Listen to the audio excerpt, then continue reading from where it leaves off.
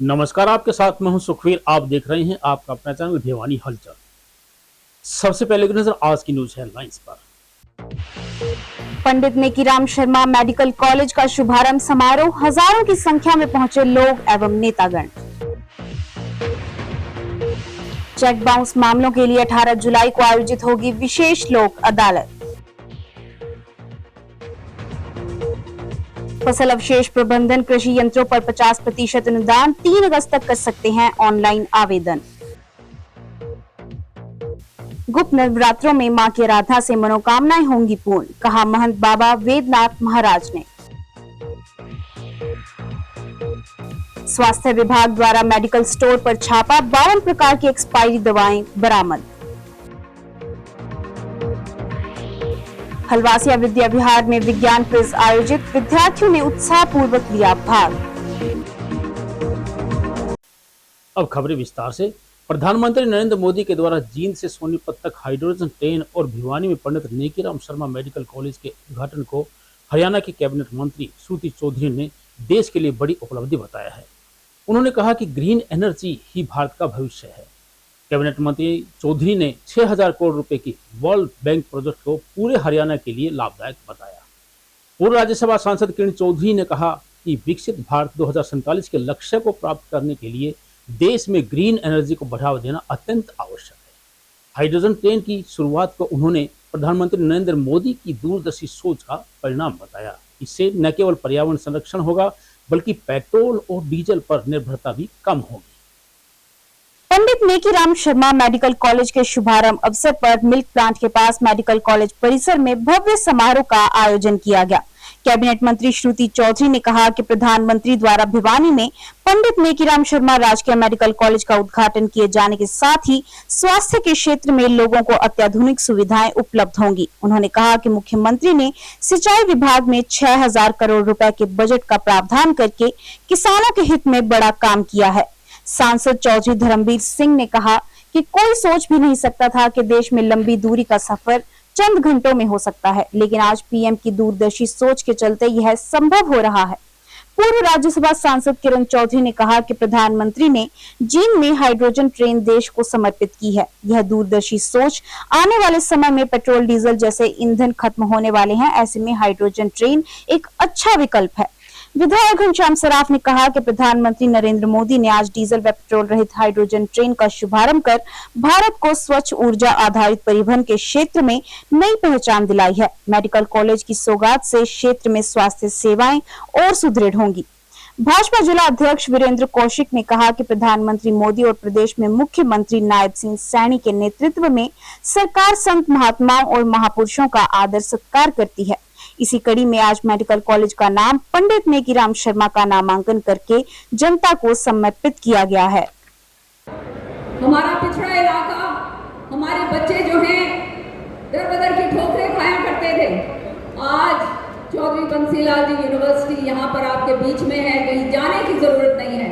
और दिन ब दिन जो है ये यूनिवर्सिटी हमारी दीप्ति जी के नेतृत्व के अंदर आगे बहुत तेजी से बढ़ रही। इसी तरह से ये मेडिकल कॉलेज जो श्रुति जी लेकर आई और जिसका पैसा 90% केंद्र से आया, ये आज भिवानी के लोगों को समर्पित हो रहा है। हमारे यहाँ पे जो लोग हैं, जब मुश्किल आती थी तो कहीं भागते थे जयपुर, कभी जाते थे हिसार, कभी दिल्ली, कभी रोहतक। यहाँ पर ये जो सेवाएं थी हेल्थ की, ये पूरी नहीं थी। आज ये मेडिकल कॉलेज जो समर्पित हो रहा है, यहाँ हमारे बच्चे पढ़ेंगे, पढ़कर आगे बढ़ेंगे, डॉक्टर बनेंगे, नाम कमाएंगे, भिवानी का नाम आगे होगा और साथ ही साथ हमारे जो मरीज हैं उनको भी यहाँ पर फायदा मिलेगा। करोड़ों करोड़ों रुपए की लागत से यहाँ पे इस मेडिकल कॉलेज के अंदर मशीनें आई हैं जो लबालब है, पूरी अच्छी सबसे बेस्ट तकनीक जो है वो वाली सारी मशीनें यहाँ पर हैं। और इसलिए मैं आप सबको बधाई देती हूँ कि आज हमारे माननीय प्रधानमंत्री जी के कर कमलों द्वारा ये शुभारंभ जो है ये होने जा रहा है। ये हाइड्रोजन ट्रेन क्या है? अभी मुझे एक पत्रकार भाई पूछ रहा था कि जी लोग कह रहे हैं आगे ट्रेन जो है ना अभी हाइड्रोजन से चला रहे हैं, बाद में पानी से चलाएंगे।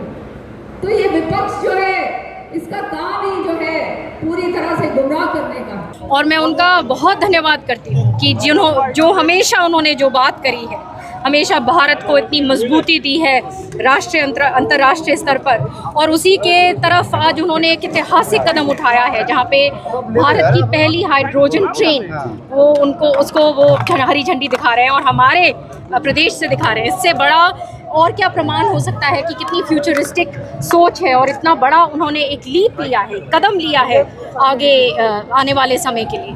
तो आज और भी मेरे को खुशी है क्योंकि ये जो जिस जगह हम खड़े हैं मेडिकल कॉलेज, आप सबको मेरे पत्रकार भाइयों को मालूम है कि ये मेरा ही लाया हुआ था जब मैं एमपी थी, और आज इसने इतना बड़ा रूप लिया है, वो लोगों को समर्पित होने जा रहा है।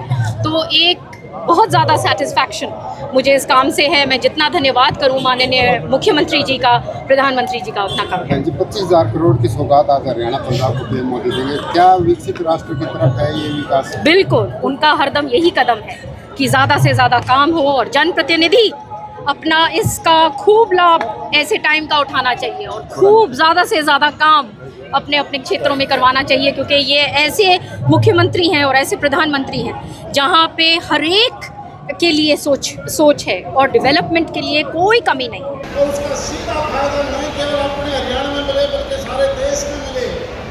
और इसके साथ साथ जहाँ दूसरे प्रोजेक्टों की शुभारंभ माननीय प्रधानमंत्री जी अभी करने वाले हैं, बड़े सौभाग्य की बात है। हेल्थ के नाम पर भी अपनी इस लोकसभा क्षेत्र के अंदर दो प्रोजेक्ट, जहाँ कोरियावास के अंदर, नारगौल डिस्ट्रिक्ट के अंदर, और यहीं आज जहाँ बैठे हैं इस मेडिकल कॉलेज का भी उद्घाटन अभी थोड़ी देर के बाद माननीय प्रधानमंत्री जी आपके सामने करने वाले हैं। क्योंकि हेल्थ और एजुकेशन दो चीज़ ऐसी हैं तो हर व्यक्ति के लिए जरूरी है।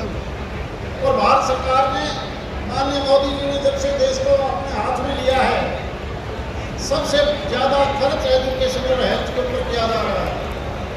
आप देखते हो कि 2014 से पहले का भारत, जिसका टोटल बजट मुश्किल से 13-14 लाख करोड़ रुपया था, एक बढ़िया प्रबंधन की वजह से ना कोई नया टैक्स लगाया, ना लोगों के ऊपर कोई टैक्स थोपा, एक जीएसटी का प्रबंधन किया। वही बजट आज के दिन केवल केंद्र सरकार का 58 लाख करोड़ रुपया इकट्ठा हो जाता है। भिवानी, तोशाम, लोहारू और सिवानी उपमंडलों के न्यायिक परिसरों में एनआई एक्ट की धारा 138 के संबंधित मामलों के निस्तारण के लिए 18 जुलाई को विशेष लोक अदालत लगाई जाएगी। जिला विधिक सेवाएं प्राधिकरण अध्यक्ष और जिला एवं सत्र न्यायाधीश डॉक्टर गगनदीप कौर सिंह के मार्गदर्शन में प्राधिकरण सचिव एवं सीजेएम पवन कुमार ने बताया कि विशेष लोक अदालत में चिन्हित चेक बाउंस मामलों का आपसी समझौते के आधार पर निपटारा किया जाएगा। इसके लिए 10 न्यायिक पीठों का गठन किया गया है। बीएलएसए अध्यक्ष डॉक्टर गगनदीप कौर ने चेक बाउंस मामलों से जुड़े सभी पक्षकारों से अपील की कि वे 18 जुलाई को आयोजित विशेष लोक अदालत का अधिकतम लाभ उठाएं और आपसी सहमति से अपने मामलों का शीघ्र एवं स्थायी समाधान करें। उन्होंने कहा कि लोक अदालत के माध्यम से विवादों का निपटारा होने से समय और धन दोनों की बचत होती है, न्यायालयों में लंबित मामलों का बोझ कम होता है तथा पक्षकारों के बीच सौहार्दपूर्ण संबंध भी बने रहते हैं।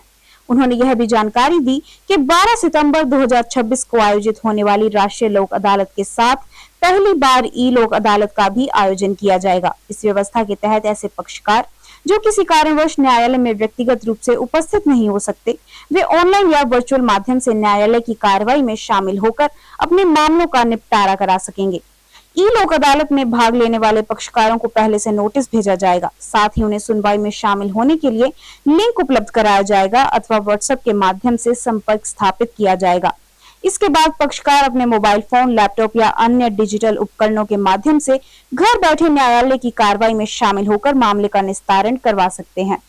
बताना चाहेंगे कि हमारी नेशनल लोक अदालत 138 चेक बाउंसेस केसेस की कल 18 तारीख को है, 18 जुलाई को है, जो कि कोर्ट में, हर रेगुलर कोर्ट में है और हर सब डिवीजन पे हमारी 3 कोर्ट्स है उनमें भी है।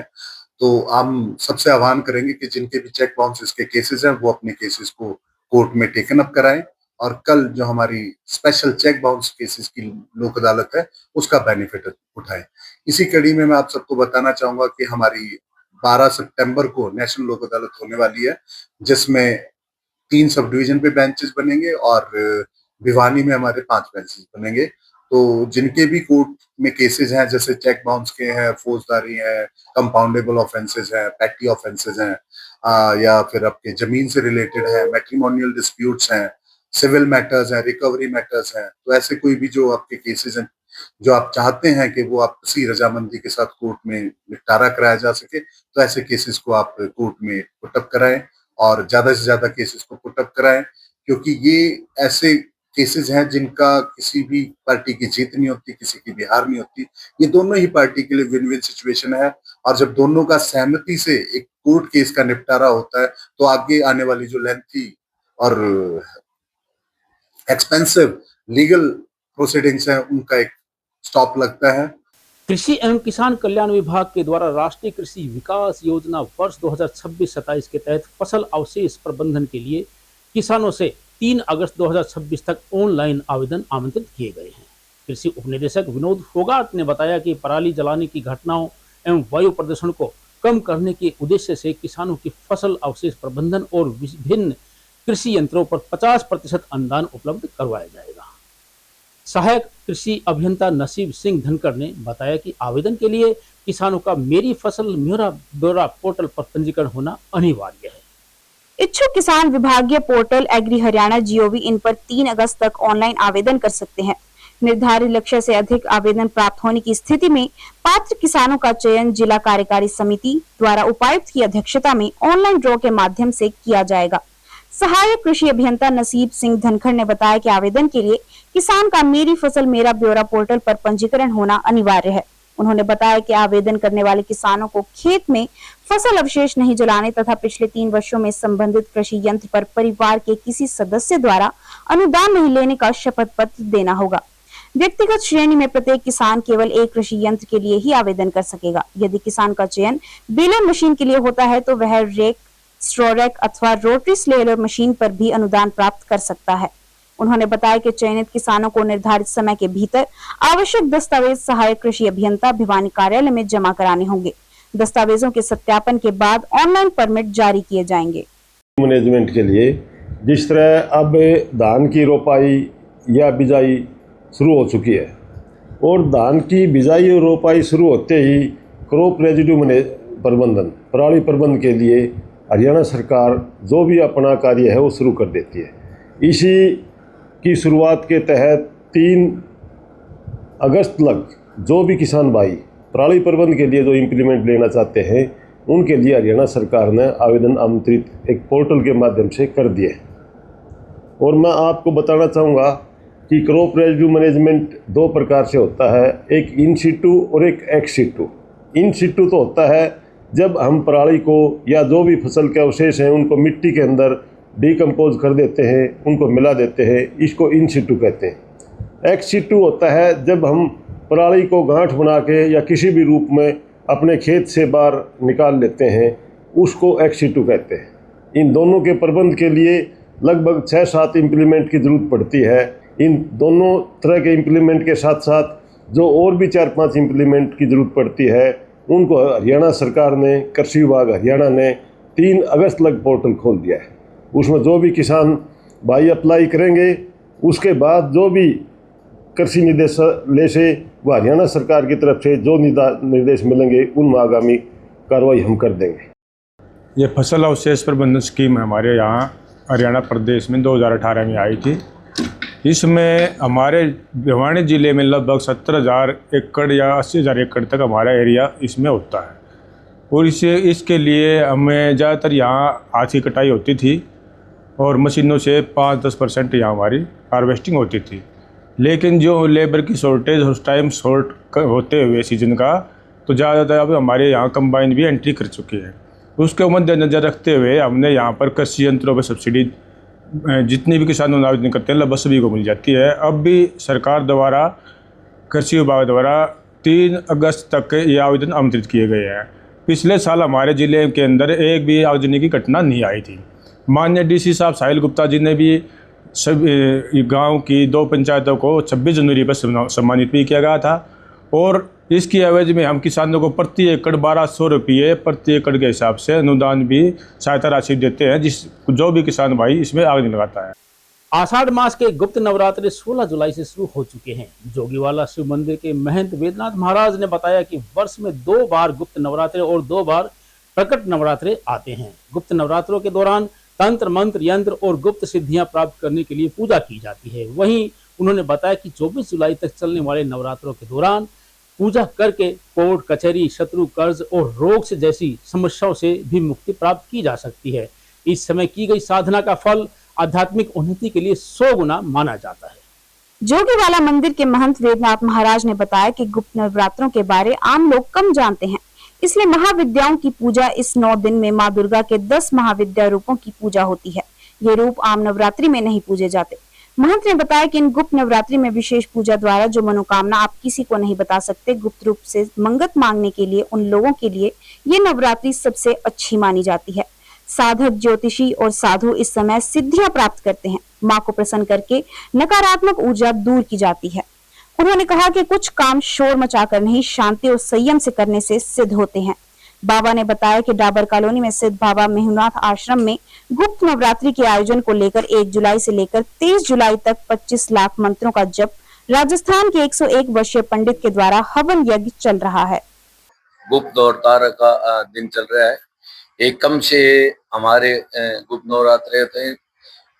सनातन धर्म में आदि अनादि माँ शक्ति का जो स्वरूप है उसके 4 नवरात्रे आते हैं, जो इसमें 2 प्रगट में होते हैं, चैत्र के और शरद के पूर्णिमा में। उसमें नवरात्रे जो चलते हैं 2 गुप्त आते हैं, जैसे अब आषाढ़ के महीने में गुप्त नवरात्र है। गुप्त नवरात्र में भी माँ शक्ति का ही आराधना करने का सबसे विशेष करके, क्योंकि सृष्टि की जो उत्पत्ति हुई है वो सारी एक शक्ति का ही कारण है। माँ जगजननी जो है वो वास्तव में शक्ति का स्वरूप है और शक्ति की उपासना करने से हमें जीवन में उज्ज्वलता प्राप्त होती है।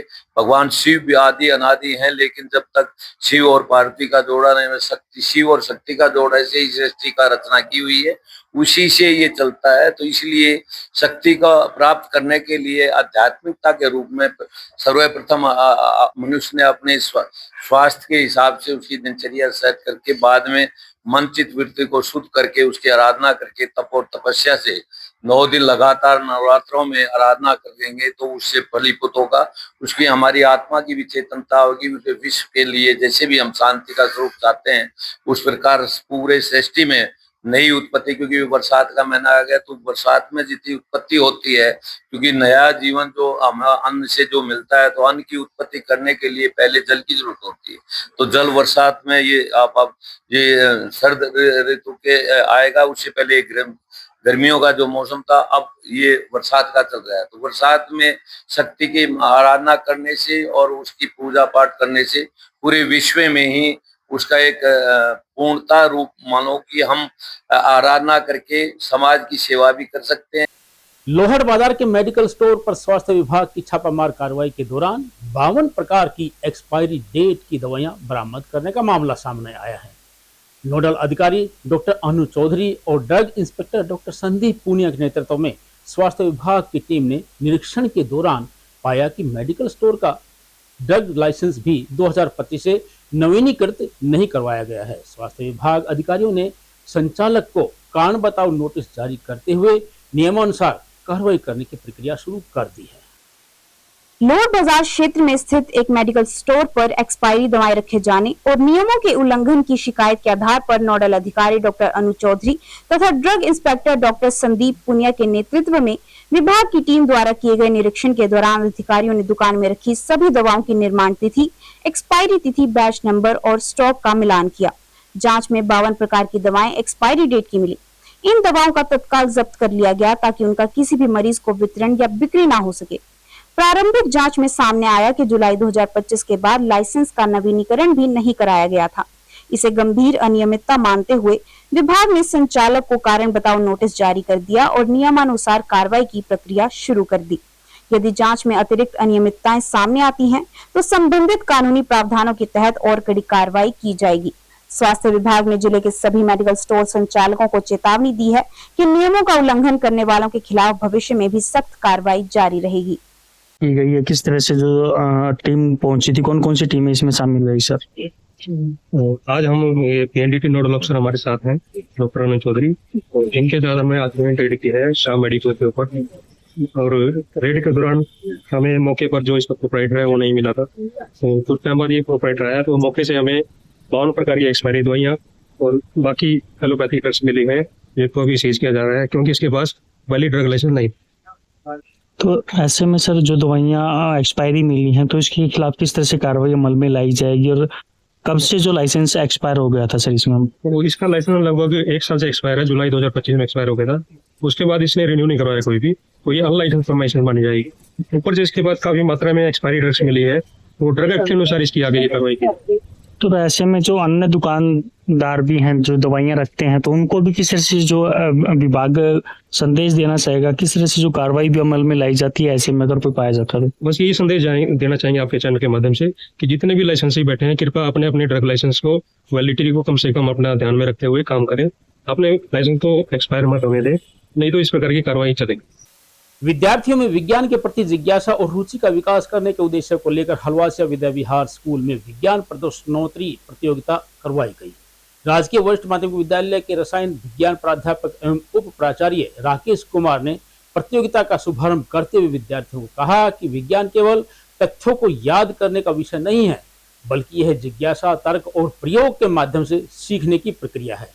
विद्यालय प्रशासक डॉक्टर शमशेर सिंह अहलावत व प्राचार्य दीपक वशिष्ठ ने कहा कि इस तरह के आयोजन से विद्यार्थियों को अपने ज्ञान और प्रतिभा को प्रदर्शित करने का अवसर प्राप्त होता है। मुख्य अतिथि ने विजयी प्रतिभागियों को पुरस्कार देकर सम्मानित भी किया। हलवासिया विद्या विहार में आयोजित विज्ञान क्विज प्रतियोगिता में 4 टीमें ब्रेनियक्स, क्वांटम माइंड्स, पायनियर्स और एक्सप्लोरर्स ने भाग लिया। प्रतियोगिता के विभिन्न चरणों में विज्ञान से संबंधित प्रश्न पूछे गए, जिनका विद्यार्थियों ने उत्साह और आत्मविश्वास के साथ उत्तर दिया। साथ ही ऑडियंस राउंड में भी छात्रों ने बढ़ चढ़कर भाग लेते हुए सही उत्तर दिए। प्रतियोगिता में ब्रेनियक्स टीम ने प्रथम स्थान, क्वांटम माइंड्स टीम ने द्वितीय स्थान, पायनियर्स टीम ने तृतीय स्थान प्राप्त किया। वहीं एक्सप्लोरर्स टीम ने प्रोत्साहन स्थान प्राप्त किया। मुख्य अतिथि राकेश कुमार ने विद्यार्थियों को नियमित रूप से प्रश्न पूछने, नई चीजें जानने और वैज्ञानिक दृष्टिकोण विकसित करने के लिए प्रेरित किया। उन्होंने कहा कि ऐसी प्रतियोगिताएं विद्यार्थियों के ज्ञान को बढ़ाने के साथ साथ उनमें आत्मविश्वास और त्वरित निर्णय लेने की क्षमता भी विकसित करती है। विद्यालय प्रशासक डॉक्टर शमशेर सिंह अहलावत ने कहा कि विज्ञान विद्यार्थियों में जिज्ञासा, तर्कशीलता और समस्याओं का समाधान खोजने की क्षमता विकसित करता है। उन्होंने कहा कि ऐसी प्रतियोगिताएं विद्यार्थियों के ज्ञान के साथ साथ उनके आत्मविश्वास और टीम भावना को भी मजबूत करती है। आज यहाँ हलवासिया विद्या विहार में बहुत ही अच्छा बच्चों का साइंस का क्विज करवाया जा रहा है, जिसमें मैं मुख्य अतिथि की भूमिका में क्विज मास्टर के रूप में हूँ। ये जो नन्हे वैज्ञानिक हैं, यही आगे चलकर बड़े बड़े वैज्ञानिक बनेंगे। और मैं धन्यवाद करना चाहूँगा एडमिनिस्ट्रेटर सर का और प्रिंसिपल सर का। इतना अच्छा आयोजन यहाँ हलवासिया स्कूल में इन बच्चों को किया है। बहुत ही मोटिवेटेड है बच्चे और बहुत अच्छी तैयारी आज इनकी यहाँ करवाई है। तो पूरी जो साइंस फैकल्टी है, गरिमा मैडम है, सभी बधाई के पात्र हैं और बहुत अच्छा बच्चों का रिस्पॉन्स रहा है आज यहाँ। तो हलवासिया स्कूल के बच्चे लगभग हर वर्ष जब सीबीएसई का क्विज होता है तो बहुत अव्वल आते हैं और लगभग हर वर्ष ये जोनल तक, स्टेट तक पहुंचते हैं। और उसी का यही कारण है कि ग्राउंड लेवल पे ये स्टार्टिंग से ही तैयारी शुरू कर देते हैं। मैं दीपक वशिष्ठ, प्राचार्य हलवासिया विद्या विहार भिवानी। आज हमारे स्कूल में साइंस क्विज का आयोजन किया जा रहा है। इसमें माननीय राकेश जी को एज ए चीफ गेस्ट बुलाया गया है। उन्होंने पहले भी हमारे विद्यालय में समय समय पर हमारे बच्चों को गाइड किया है, मोटिवेट किया है। हमारे स्कूल में अलग अलग विधाओं में अलग अलग प्रतियोगिताएं होती रहती हैं। इसमें से साइंस विधा के अंदर आज साइंस क्विज का आयोजन किया जा रहा है। इस क्विज में जो सिलेक्शन किया जाता है, उससे पहले बच्चों का इंटर हाउस कंपटीशन करवाया जाता है। उसमें से जो बच्चे अव्वल रहते हैं उनको यहाँ अब क्विज में भाग लेने का मौका मिला है। जो टीम यहाँ फर्स्ट आएगी उसको हम district level, state level, national level पर पार्टिसिपेशन के लिए भेजा जाता है। हमारे बच्चे हमारे परिवार का हिस्सा हैं और ये बड़ी मेहनत करते हैं ताकि हम अपने स्कूल से वैज्ञानिक दे पाएं। और अंत में फिर से एक नजर आज की न्यूज हेडलाइंस पर। पंडित नेकीराम शर्मा मेडिकल कॉलेज का शुभारंभ समारोह, हजारों की संख्या में पहुंचे लोग एवं नेतागण। चेक बाउंस मामलों के लिए 18 जुलाई को आयोजित होगी विशेष लोक अदालत। फसल अवशेष प्रबंधन कृषि यंत्रों पर 50% अनुदान, 3 अगस्त तक कर सकते हैं ऑनलाइन आवेदन। गुप्त नवरात्रों में मां की आराधना से मनोकामनाएं होंगी पूर्ण, कहा महंत बाबा वेदनाथ महाराज ने। स्वास्थ्य विभाग द्वारा मेडिकल स्टोर पर छापा, 52 प्रकार की एक्सपायरी दवाएं बरामद। हलवासिया विद्या विहार में विज्ञान क्विज आयोजित, विद्यार्थियों ने उत्साहपूर्वक लिया भाग। अब मुझे दीजिए इजाजत, देखते रहिए आपका अपना चैनल भिवानी हलचल।